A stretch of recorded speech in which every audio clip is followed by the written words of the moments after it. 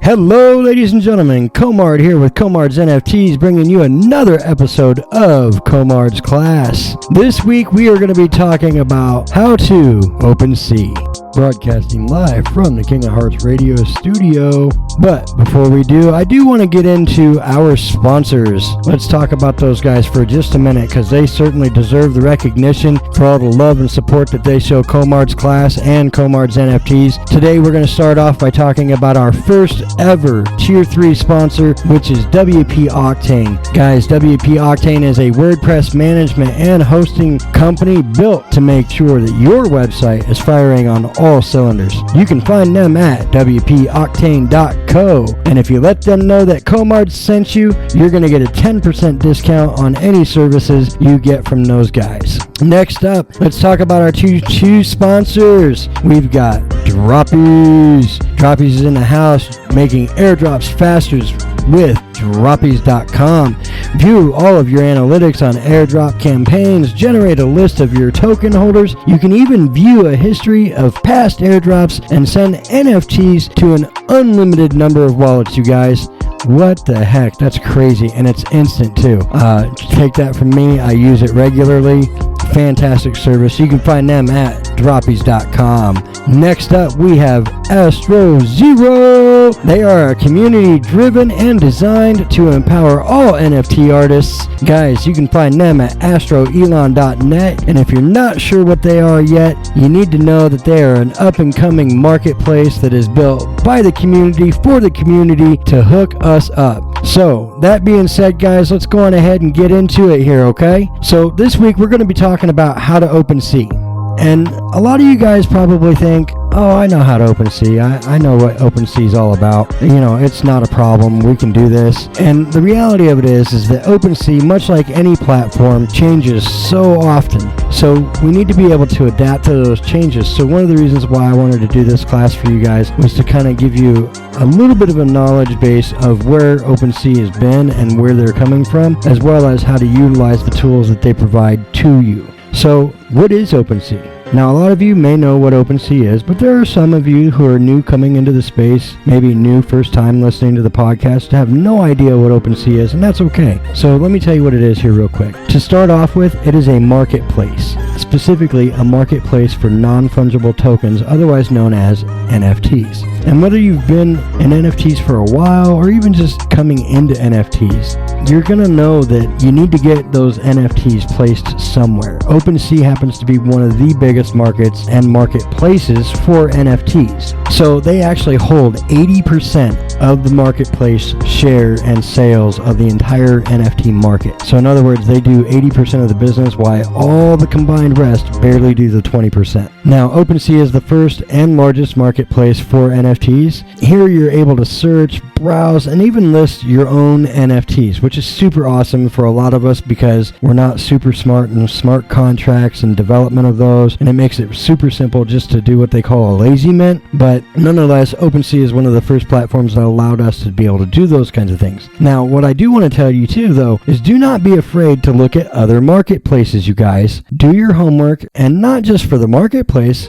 but what about the blockchain that you're wanting to list on? Pay attention to those too, and make sure you're doing your homework there as well. Choosing the right marketplace and blockchain are the most important decisions you will ever make for your project. Because if you make the wrong decisions, you're not going to be seen, you're not going to be heard. Some people just don't work on certain blockchains because they just kind of boycott them for whatever reason. They're Ether boys or they're Solana boys or whatever. It doesn't matter, but make sure that you're putting your project in the best place for you and your project. So when you go to OpenSea for the very first time, you guys, the very first thing you're going to want to do is build out your profile. The reason for that is because it affects your brand awareness. And brand awareness is key to marketing yourself, your project, and your brand. Now, I tell everybody this, but I see it more times than not, where brands literally will have 15 different names across 15 different marketplaces, social networks, and other assorted platforms. Guys, don't do that.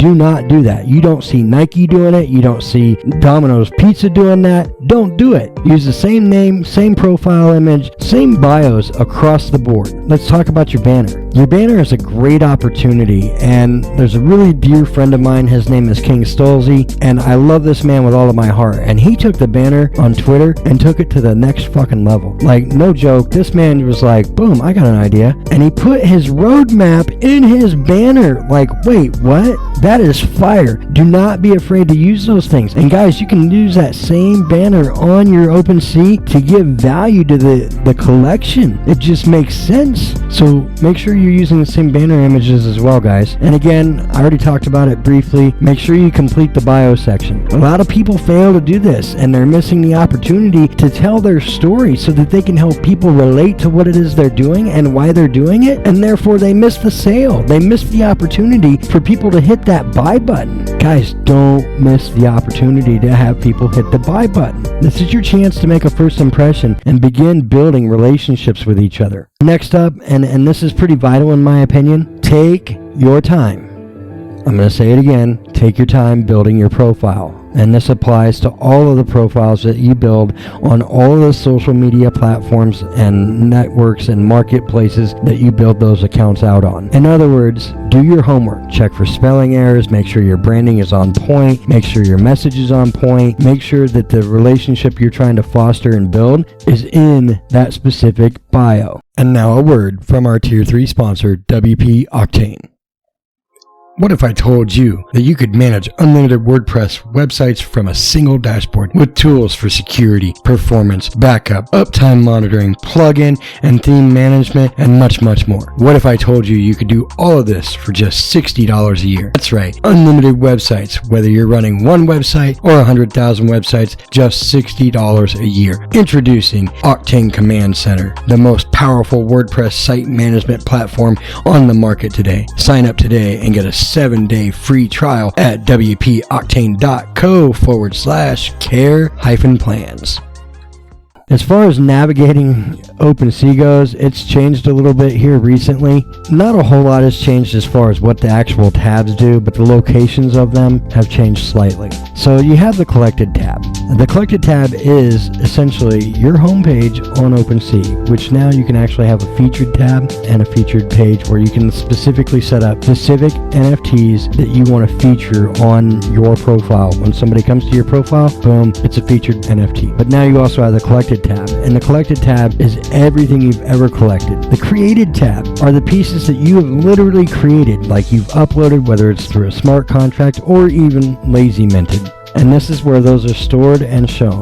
Then you have a Favorites tab. Now that Favorite tab is super powerful, and I think a lot of people don't understand the power behind the Favorite tab. And what I mean by that is guys, just like on Twitter, when you're liking a post or when you're on Instagram showing it some love with a heart, or any other social platform where you're literally boosting that post up with a like or a retweet or whatever, the same thing happens in this favorite section. So when people are favoriting your pieces, they're giving you power on OpenSea, all right? So don't be afraid to do the same thing for them. But that's where all of your specific favorites that you've favorited show up. Then you have what's known as a hidden tab. The hidden tab is when generally somebody that sends you an NFT who you may not have ever interacted with in the past, that's where those will show up. In my opinion, one of the most useful tabs that you need to pay attention to on a regular basis is activity, because it's going to show what sales are taking place, it's going to show what prices those sales are taking place at, and it even has a subsection of an offers tab now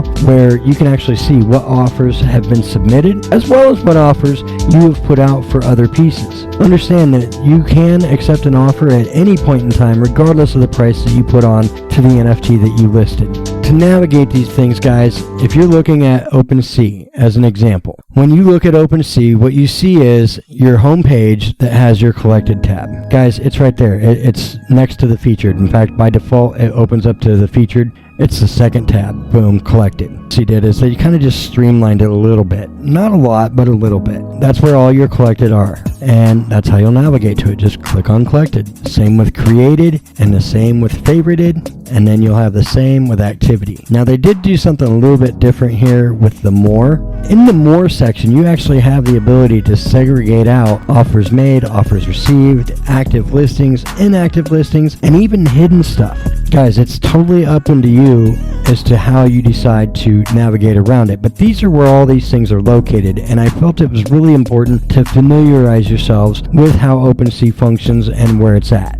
Let's talk about listing NFTs a little bit. When you list an NFT, and it doesn't matter what collection you're putting it in, doesn't matter what blockchain you're putting it on, but when you go to list an NFT, the very first thing you're going to have to do is create a collection and or a library, if you will, of sorts. You'll be able to hit the create button in the top right hand corner next to your bio. You will have to sign in through your MetaMask and or OpenSea wallet, whatever one you're doing, and it'll bring up a page that says create new item. A couple of fields that are required here include name and description. Guys, nobody is using this description field. This is your chance to tell the story behind the piece. This is your chance to tell the story behind why you're doing what you're doing. It's also your chance to tell what IP rights and or copyrights you're going to share with this purchase. If you're not going to share any, put that in there. Disclaimer, no IP and or copyrights released without prior written consent. Then you get to go select the collection that you want to put it into. You know, depending on how many collections you have, you'll have that list of options there. Next, you have several options including properties. Guys, if you're putting a piece up and you've got properties, whether it's a background, whether it's a pair of glasses, whether it's a hat, a cigar, a joint, a bowl, a glass, a beer, a wine, a whatever, it doesn't freaking matter. Put those properties in there. Why? Because those properties will typically add to the rarity, and a lot of flippers are looking for rare NFTs. And if they can find one that's got a rarity to it, they're more likely to grab it up. Levels. Guys, this is a whole different thing that I'll be honest with you, I've never used. Sorry, I just don't have any information on that. Stats, again, not something I've used. Unlockable content. So let's say that you're going to post an NFT of an image, like what we're going to be doing when we launch over on Astro Zero, our NFT collection. We will be not only letting you guys pick up the artwork for that specific episode, but you guys will have unlockable content, which is a token gateway that will allow you to go listen to this podcast anytime you want, as many times as you want, whether it's once today and once 6 months from now, it's up to you, or 100 times, it's up to you. So that's the difference, and that's kind of what the unlockable content features. Next up, you have to decide whether it's going to have explicit content or not. And then you have to decide if you're wanting to create a 1 of 1, or is it a 1 of 10,000, or a 1 of 100, 1 of 25. You know, how many are you creating in this set? And you'll go on ahead and put that number in there. Next, you get to decide, do you want it on Polygon, Ethereum, Solana, or Clayton? That's entirely up to you guys. Again, make sure that you understand these and that you know what you're doing when it comes to this stuff. Because if you make the wrong decision, it can literally, you guys, cause your collections to just tank. And nobody wants their collections to tank. Nobody. That's why I can't stress to you enough. Make sure that you understand what marketplace you're going to. Look around, play around, throw a piece up that's not a big deal in different marketplaces just to test it and make sure you know how to list these pieces and what you're doing and what they have to offer and what they don't have to offer. Also, make sure that you're reading the terms of service for each of these marketplaces, because that is as vital to making a decision on using a marketplace as it is to picking the blockchain. Like, guys, it can make or break a project. With that, guys, this week's lesson was relatively short, but that pretty much covers the fundamental basics of how to OpenSea. If you guys have any questions, please do not be afraid to comment down below and on the YouTube video, as it's going to be posted later this week, as well as on the Twitch channel. And I thank you all so much for tuning in. As always, we love you and appreciate your support. To keep up with everything that Komards NFTs is doing, be sure to follow us over on Twitter at Komards_NFTs. And remember to ask yourself, what did you do to make the world a better place today?